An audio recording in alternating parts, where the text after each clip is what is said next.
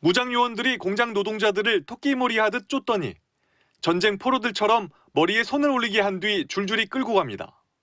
2018년 이민당국이 테네시주 공장을 급습할 때 모습입니다. 저항하지 않는 노동자들의 총을 겨누고 얼굴을 가격했고 선별 절차도 없이 체포부터 했습니다. 이 대목이 미국 정부가 117만 달러 지급에 합의하게 된 결정적 장면입니다. 지난달 조지아주 배터리 공장에선 한술 더 떠 소총과 장갑차까지 등장했습니다. 멱살을 잡고 끌고 가거나 조준경 레이저로 겨냥했다고도 합니다.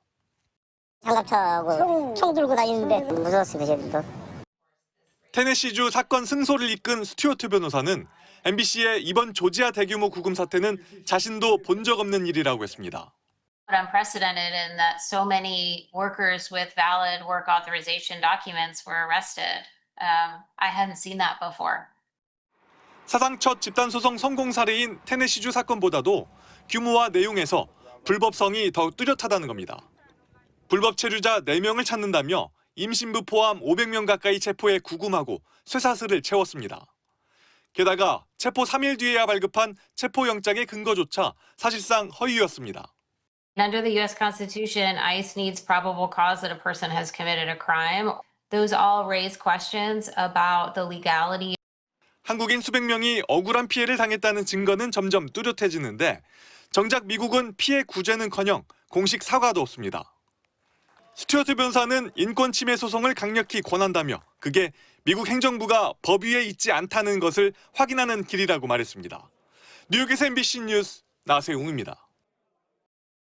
트럼프 일기 때인 지난 2018년 무장한 이민 단속반이 테네시주의 한 공장을 급습합니다. 10년 만에 가장 규모가 큰 이 작전으로 남미계 직원 97명이 무더기로 체포됐습니다. 무차별로 구금시설로 끌고 간 뒤에야 합법 체류인지 아닌지 질문했습니다. 조지아 배터리 공장 단속과 판박입니다. 단속 근거는 공장 사업주의 불법 고용 혐의에 대한 압수수색 영장. 이번 조지아 구금 사태와 마찬가지로 직접 연관성이 없는 직원들을 끌고 갔습니다. 끌려갔던 직원들은 이듬해 개별 혐의도 없이 체포, 구금해 헌법이 정한 영장주의와 적법 절차를 어겼다며 집단소송을 제기했습니다. 결국 소송 3년 만에 이민당국은 117만 달러, 우리 돈 16억 2천만 원을 배상하기로 합의했습니다. 합의 조건엔 이민당국이 피해 직원들의 신원을 보증하는 것도 포함됐습니다. 당시 최대 14시간까지 피해자들을 구금한 것도 잘못으로 인정됐습니다. 그런데 역시 무차별로 끌려간 한국인들은 합법 체류 중이었는데도 일주일 넘게 구금됐습니다. 비위생적 수용 환경은 고문에 가까웠고 지병을 앓는 이는 약조차 받지 못했습니다. 약품을 제공해준다고 했는데 실제로는 제공받은 사람이 거의 없었습니다. 특히 일부 한국인들은 정식 입소 전 열악한 대기 공간인 이른바 홀딩룸에 사나흘 이상 갇혀 있었습니다. 인권 침해를 막기 위해 홀딩룸 배치는 최대 12시간을 넘길 수 없다는 내부 규정 위반입니다. 가족 및 변호사 접견 등 기본 권리도 제한됐습니다. 모두 책임을 물을 수 있습니다.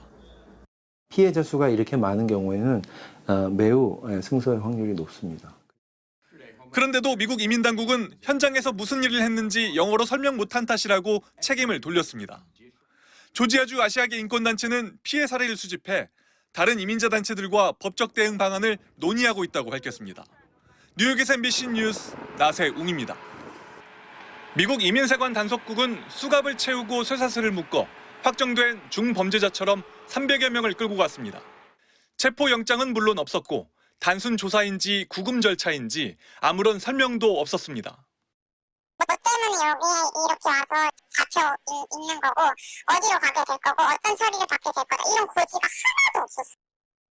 사흘 동안 구금한 뒤 한 LG엔솔 협력사 직원 김모 씨에게 제시한 외국인 체포영장.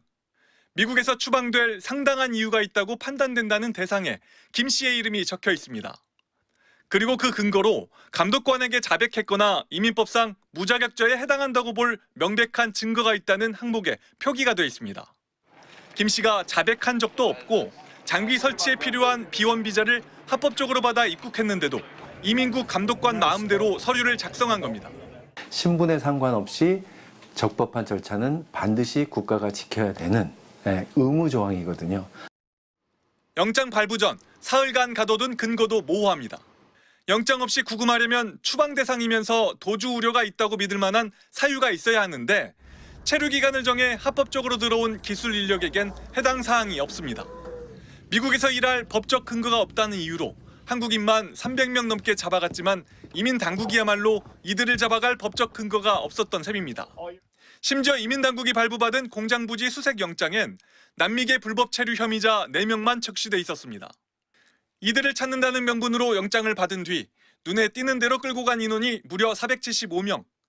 개개인이 법을 위반했다고 볼 만한 상당한 이유가 없다면 이런 무더기 체포 자체가 불법이라는 게 미국 법원의 일관된 판단입니다. 정말 군사적으로 이렇게 작전을 했다라는 것 자체가 좀 많은 부분에서 법적으로 위반되고 법을 어긴 게 어느 쪽인지 점점 선명해지는 상황. MBC는 무차별적인 체포 구금이 아직도 적법하다고 보는지 이민 당국에 물었지만 아무런 답을 받지 못했습니다. 뉴욕에서 MBC 뉴스 나세웅입니다.